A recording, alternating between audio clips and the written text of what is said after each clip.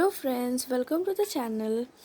तो फ्रेंड्स, आज हम बात करेंगे कि आप अपने बोगनविलिया से किस तरीके से ढेरों फूल पा सकते हैं इस गर्मी में। क्योंकि अब गर्मी का मौसम आ चुका है फ्रेंड्स, तो बोगनविलिया एक बहुत ही ज़्यादा अच्छा समर का प्लांट है जिसमें बहुत सारे फ्लावर आते रहते हैं गर्मी के सीज़न में। तो बहुत सारे फ्रेंड्स का प्रॉब्लम रहता है कि उनके बोगनविलिया में सिर्फ पत्ते आ रहे हैं और कलियां आ ही नहीं रही है, बर्ड्स आ ही नहीं रहे, फ्लावरिंग हो ही नहीं रही है। तो आज मैं उसी के बारे में आपको बताऊंगी कि आप किस तरीके से अपने प्लांट से ज़्यादा फूल पा सकते हैं। तो सबसे पहले फ्रेंड्स, आपको करना क्या है, अभी आपको अपने प्लांट में अच्छे से फर्टिलाइजिंग करनी होगी। अच्छे से फर्टिलाइजिंग कहने का मतलब कि अगर आपने अभी तक फरवरी और सितंबर में अच्छे से खाद नहीं दिया है तो आपको उसमें अच्छे से कंपोस्ट देना है।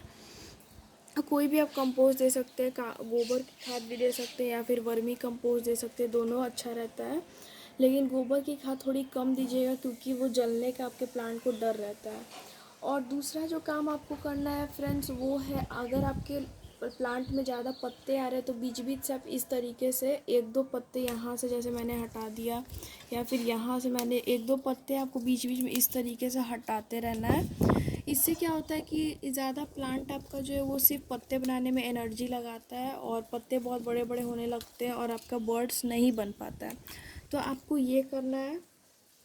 और तीसरी बात ये है फ्रेंड्स कि आपको अपने प्लांट को बिल्कुल सनलाइट वाले जगह पे रखना है, जहाँ पे कम से कम 5 से 6 या 4 से 5 घंटे की इसको डायरेक्ट सनलाइट में रखना है।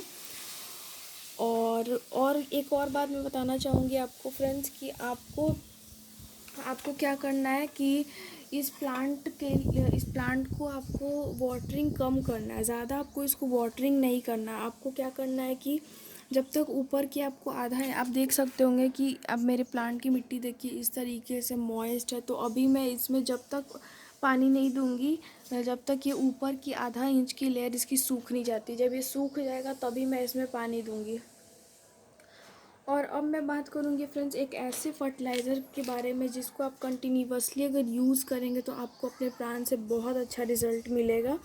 तो वो है फ्रेंड्स ये ऑरेंज पील का फर्टिलाइज़र।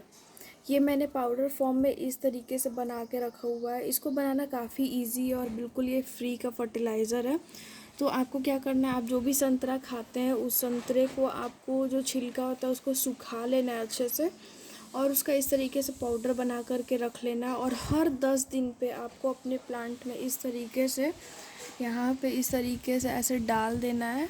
ऐसे डाल दीजिए आप अपने प्लांट के अकॉर्डिंग। अगर ये थोड़ा ज़्यादा भी हो जाता है तो उससे कोई प्रॉब्लम नहीं है क्योंकि ये बिल्कुल ऑर्गेनिक है, तो इससे अपने प्लांट को ज़्यादा हार्म नहीं होगा। और इस तरीके से आपको इसको मिला देना है।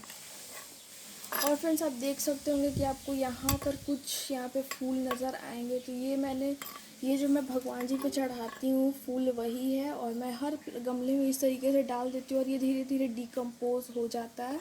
और ये भी बहुत अच्छा फर्टिलाइज़र है जिसको आप यूज़ कर सकते हैं। ये भी बिल्कुल फ्री का फर्टिलाइज़र है। तो इस तरीके से आप ऑरेंज पील फर्टिलाइज़र को यूज़ करिए अपने प्लांट में, हर 10 दिन पे यूज़ करिए और जो जो मैंने बताया वो सारे काम करेंगे तो आपको इस समर इस गर्मी में आपको बहुत अच्छा फ्लावरिंग मिलने वाला है अपने बोगनविलिया प्लांट से। आप देख सकते होंगे कि मेरा प्लांट कितने अच्छे से फ्लावरिंग कर रहा है अभी। तो फ्रेंड्स, आपको यही करना है अपने प्लांट के साथ। तो अगर आपको मेरा ये वीडियो अच्छा लगता है तो इसे लाइक करिएगा, शेयर करिएगा और मेरे चैनल को सब्सक्राइब करिएगा। मिलते हैं नेक्स्ट वीडियो में।